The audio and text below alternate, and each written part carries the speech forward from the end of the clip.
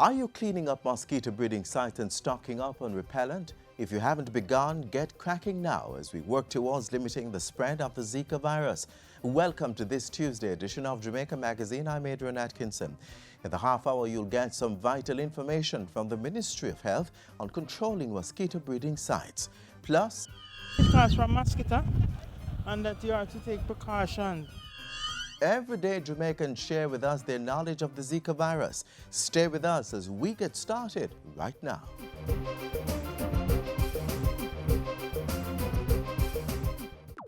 All the people them when I want Zika, hold up your hand. Zika in the Caribbean territory, but we now want that virus take set pan we. So make sure send us stagnant water inside and mash up all mosquito breeding site. More hole in the tin them where you dash way and change the water in your vase every day. No litter, dispose of your garbage proper. You know them the thing that we turn drain backer. Tour your community and tour your yard for suppress mosquito. We have figure hard dash we all tire turn over drum pan for prevention is the greatest weapon. And special shout out to pregnant ladies. Protect yourselves and protect your babies. Draw for your zapper and your mosquito spray. If you do all that we can to keep them away. How we now was in vain.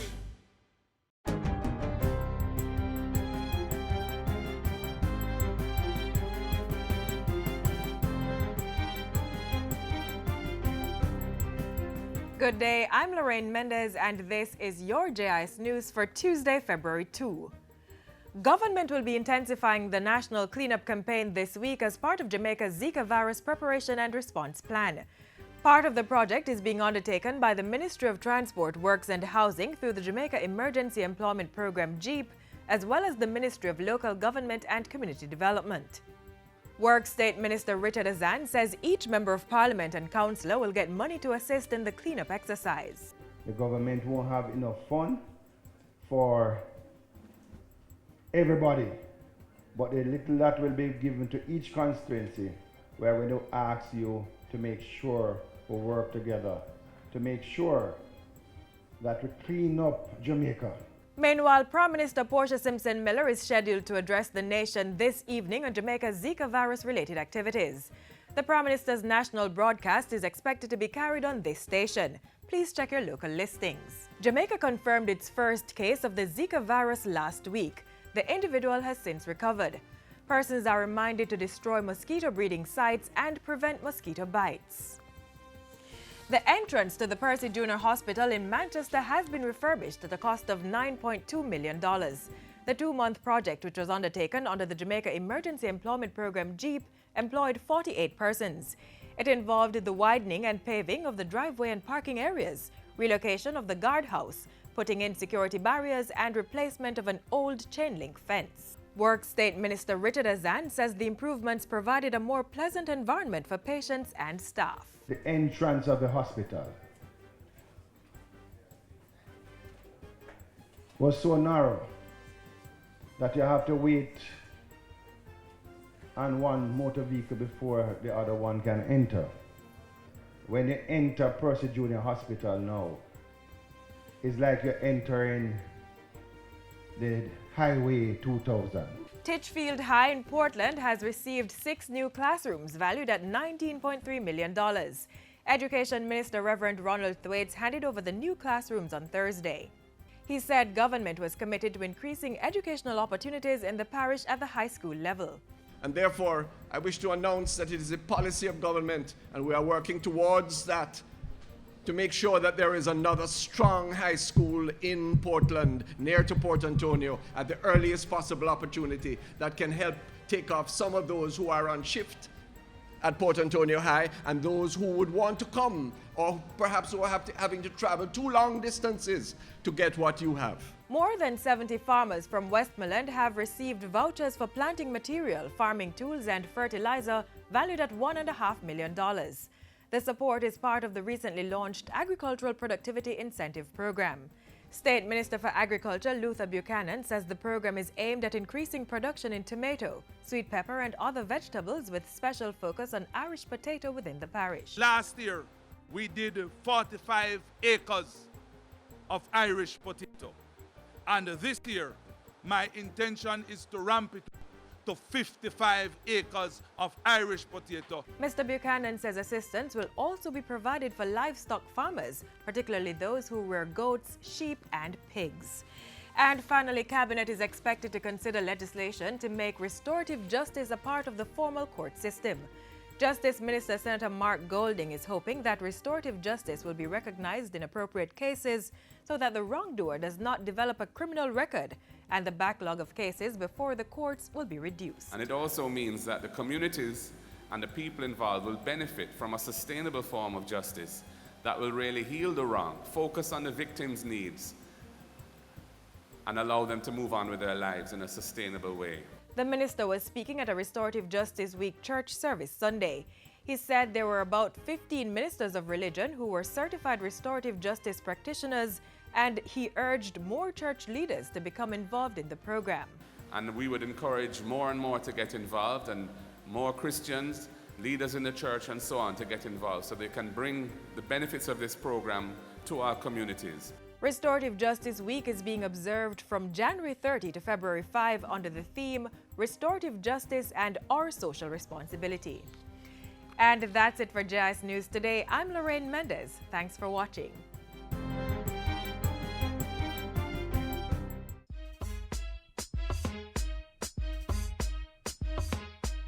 Wet hands with water. Apply enough soap to cover all hand surfaces. Rub hands palm to palm. Right palm over left dorsum with interlaced fingers and vice versa. Palm to palm with fingers interlaced. Backs of fingers to opposing palms with fingers interlocked. Rotational rubbing of left thumb clasped in right palm and vice versa. Rotational rubbing backwards and forwards with clasped fingers of right hand in left palm and vice versa. Rinse hands with water. Dry hands thoroughly with a single-use towel. Use towel to turn off faucet. Your hands are now safe.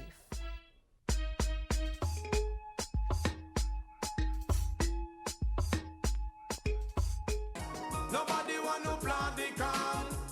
Everybody want to read the band. Who you are go blame it on when it's a next man you are deep in pan. Well, you're wrong. Farmers, let us be serious about praedial larceny. It is affecting all of us. If you are aware of incidents of praedial larceny, make contact with your local police station or call Crime Stop at 311. Praedial larceny is everybody's business.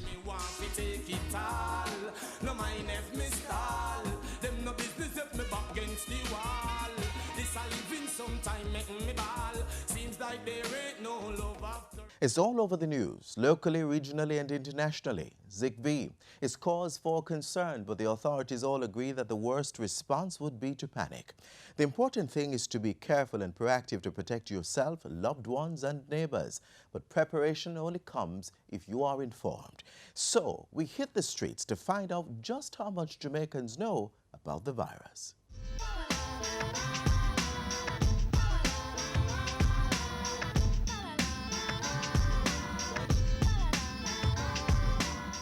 Yes, I went to the clinic other day and the doctor was giving us some tips about it, you know, that we have to keep our surroundings mosquito free, old tires, old cans, anything that can accumulate water. We should try to get them old cans, bore holes in the old cans and old bottles and all of those things what can store water. Simple to keep a place clean, you know, and free from dirty water and them thing there. Because the master mostly breed up near surrounding. From what I've heard, and I've seen on television, it's spreading like wildfires kills how much babies in Brazil. Well, I hear say chicken cause it, I don't know. Zika virus is a virus that is like chikungunya virus that we had last year. Of course, there is no treatment per se. You just have to go through the whole process. And of course, it's spread by mosquitoes. It affects mothers that pregnant with young children. Yeah, the Zika virus is that you're infected by the Aedes mosquito. So in order to prevent the mosquito breeding up, you have to clean up your areas.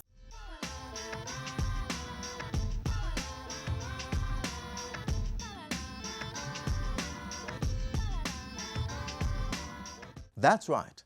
As that person just noted, Zika is caused by the Aedes aegypti mosquito. This is the same mosquito that transmits the dengue fever and chikungunya virus. So as we tackle Zika, it's critical that we clean up all possible places where mosquitoes may breed.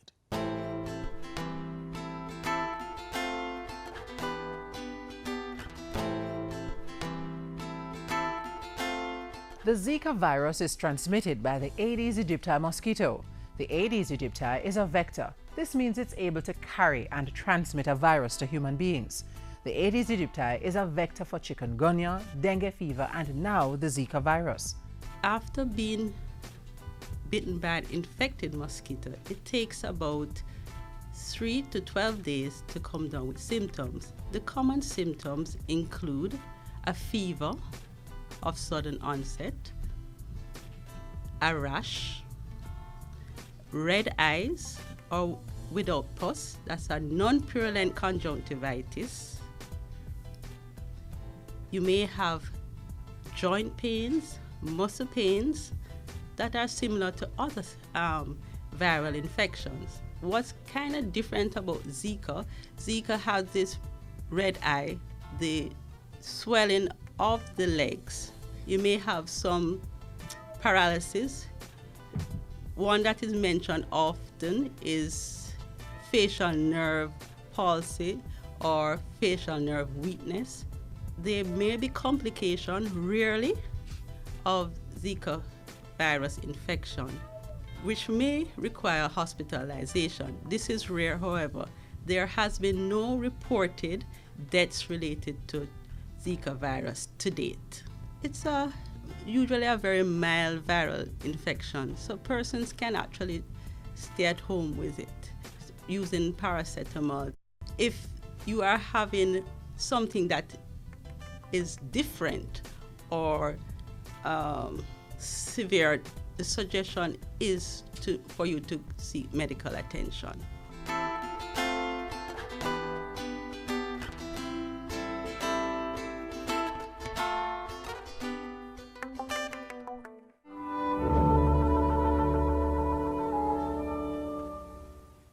Major breeding sites within the household include water storage containers, animal drinking containers, flower pots and vases, roofs, gutters, and pit latrines. In addition, rainwater collected in discarded containers, underground cisterns, wastewater drains, water storage tanks, cesspits and septic tanks, tree holes and bamboo stems can also contribute to the breeding of mosquitoes. Taking the following preventive measures can eliminate the breeding of mosquitoes in and around the house. Reduce water storage within the household to a minimum. Where this is not possible because of little or no piped water, keep water storage containers clean and securely covered. Store containers face down. Remove rainwater from roof gutters. Change water in animal drinking containers and flower vases daily. Scrub inside all vases when changing the water. Control the breeding of mosquitoes in pit latrines by keeping them covered. Clear yard of unnecessary containers that may collect water. Pierce holes in the bottom of containers being thrown away. Fill tree holes with sand to prevent the accumulation of water. Cover storage tanks or stock them with mosquito-eating fish. Seal all septic tanks properly using concrete. Major mosquito breeding sites in the community include spillage around water supply sources, wastewater drains, stormwater canals, cesspools, ponds and large water bodies such as streams and rivers, and water collected in potholes. To reduce mosquito breeding sites, cut all overhanging vegetation in rivers, streams, and ponds. Avoid throwing garbage and debris into gullies, which will prevent the free flow of water and subsequently lead to the breeding of mosquitoes. Avoid dumping waste materials in empty lots. The Ministry of Health is also appealing to the public to guard against mosquito bites so as to avoid mosquito-borne diseases. First of all, recognize that the Ministry of Health, we are out there with our teams doing what we can and doing so to the best of our ability. But there are things that they themselves can do to protect themselves from mosquito bite. Simple things such as the use of repellents on their skins when they're going out in the evening.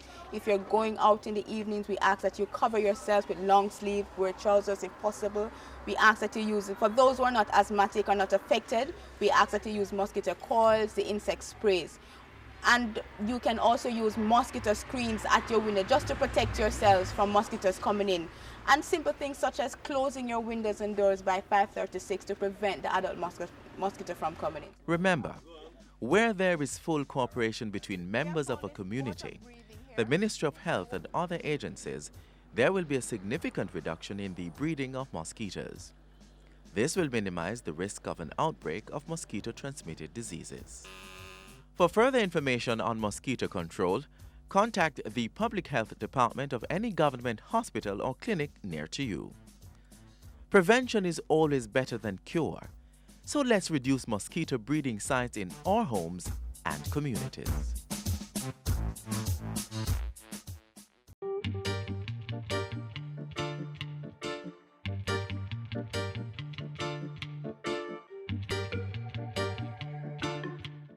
This is Romain Virgo. I'm here appeal to all of the youths them to just stay away from crime and violence. We know the temptation, the money, the fast life. People say them rate you. But that will only take you nowhere. If you stay in school and focus, then you can achieve anything. Be your own leader. A gang is a dead end. A message from the Ministry of National Security. We now delve into some matters concerning safety and security. Last year, the Ministry of Education revised its Safe School policy to provide, among other things, the inclusion of human trafficking in schools' curriculum at the grade 9 level. Recently, a proposal was put forward to have safe school zones. Let's look at some of the ways the ministry is ensuring our students and staff are protected. Criminals are not born, they are formed. Often by neglect, often because of poor socialization, and the major positive environments in the formative process of our family, sometimes church, and certainly the school. And it's because of this reality why the government of Jamaica is tightening its reins on the level of security and safety within the nation's schools. In fact, it's a strategic priority. The Safe School program dates back to 2004. It was revised in 2008 and continues to be reviewed even in 2014. Under this program, safety and security policy guidelines have been implemented in 164 high schools, 111 all-age, and 86 junior high schools. Further expansion will take place in 595 primary schools starting September this year. This all in an effort to highlight appropriate values and attitudes expected of students, as well as to sharpen their understanding of the dead-end nature of gang involvement, as well as to reinforce positive and law-abiding behavior patterns. The work is driven by trained police personnel called school resource officers, who are strategically placed in learning institutions to maintain law and order. They are supported by deans of discipline, of which there are currently 110, with plans for more to be appointed. The Education Ministry is also working with schools to ensure all of them have a functional security and safety committee. The committees are driven by in-house and outside stakeholders, from teachers, guidance counselors, and chairmen of school boards, to officials from the Office of Disaster Preparedness and Emergency Management and the Jamaica Constabulary Force. That group would assist the school to take care of many of the challenges that do occur.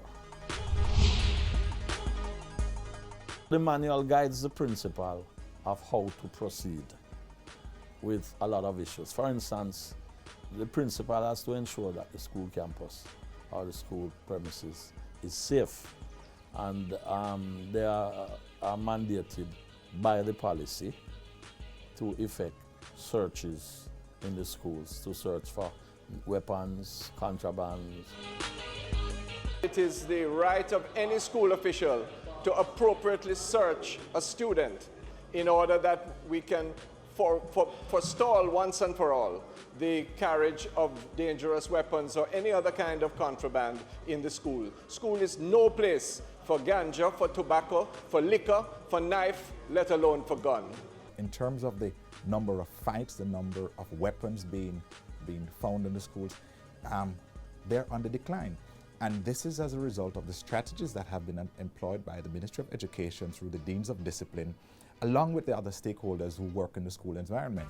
Checks and balances are carried out by security and safety in school officers who visit schools regularly to ensure the appropriate measures are being carried out. In January 2014, Minister Ronald Thwaites tabled a paper in Parliament on a preventative initiative in schools to ameliorate Jamaica's crime problem. This resulted from an education and crime study done by the Jamaica Constabulary Force, which showed the links between the negative behavior patterns of children and their latter antisocial conduct. Some schools were identified as needing the most help under the school-wide positive behavior intervention and support program. This is not to place scores of blame on anyone. It is simply to indicate those where the greatest help is necessary. A behavior management committee was created to spearhead a range of efforts in the most affected schools. This started in February. The students who principals find are difficult to maintain in class are now being subject, or will now be subject, to intense counseling, to intense intermediation by professionals in order that their behavior may be properly analyzed and corrected where possible.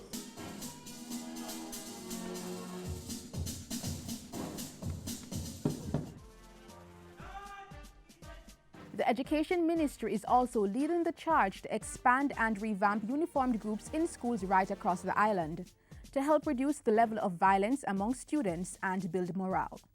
It helps, the drill, the displays, the training helps in discipline, and we feel that that will help not just giving the youngster for school, but a lifelong disciplinary young man that is going out into society.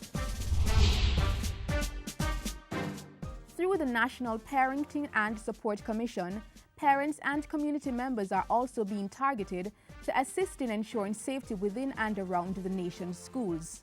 Meanwhile, the physical infrastructure at schools is being shored up. Through targeted policies and practical applications, the Education Ministry and its many partners is on a mission to improve security and safety within the nation's schools, providing students with the right environment to work hard and excel. Everyone connected with the school experience must be held accountable. No one could ever state that it is the purview of teachers alone. It is not, or of principals. It involves a combination of home, community, and school. But the school is the locus. It is the place where the greatest degree of attention, presence, resources, including that, where necessary and appropriate, of the security forces, can coalesce. Also among the agenda for children's safety is ensuring they are protected from sexual and other forms of abuse. Well, I dare to make a difference, and I dare to take a stand. Let me dare to think of someone else who's in need of a helping hand. The Office of the Children's Advocate is very aware that we have some parents who get particularly anxious at the start of a new school year. And so we really just wanted to share with you a few tips that you can utilize to help keep your children, especially the very young ones who are going out for the first time, nice and safe from sexual abuse. Parents need to recognize that the private parts, as we call them, or the genitalia, are regular parts of the body. And so in teaching your children about the forehead and the nose and the hand, you can also teach them the names of these body parts, because that does two things. It puts them in a position to speak about these parts when something is going wrong, and it also tells them that even though they are private parts, it's not too private to talk about, particularly with a parent. Children need to know that there should be no secrets between them and their parents or guardians.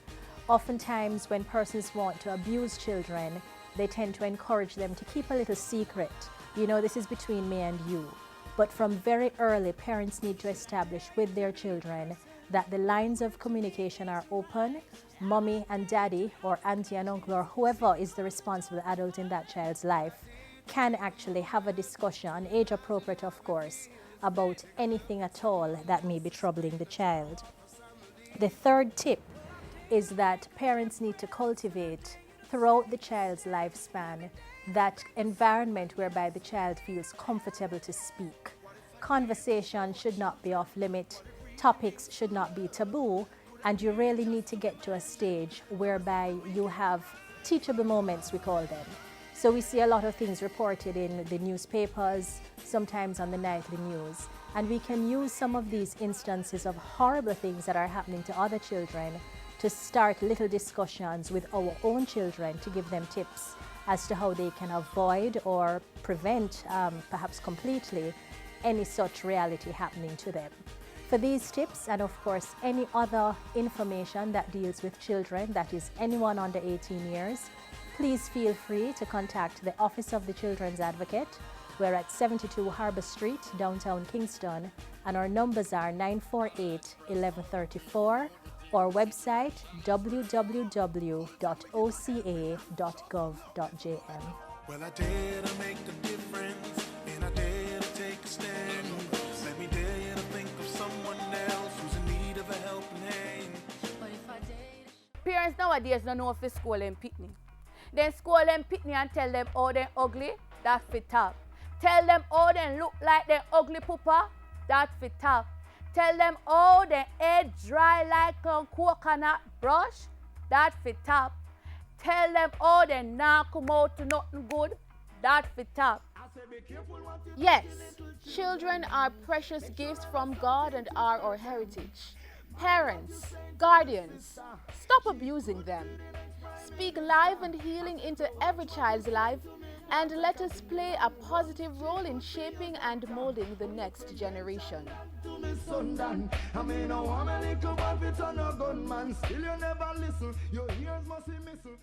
This is the Aedes aegypti mosquito that spreads the Zika, chikungunya, and dengue viruses.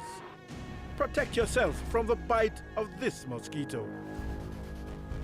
A message from the Ministry of Health.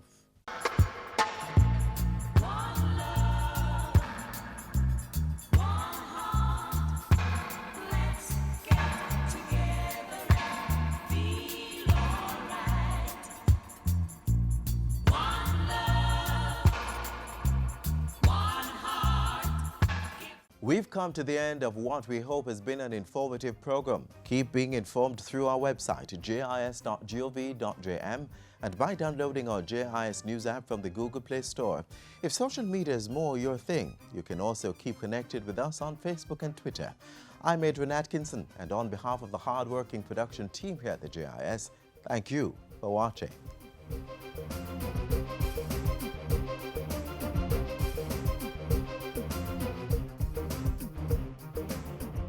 This has been a production of the Jamaica Information Service, the voice of Jamaica.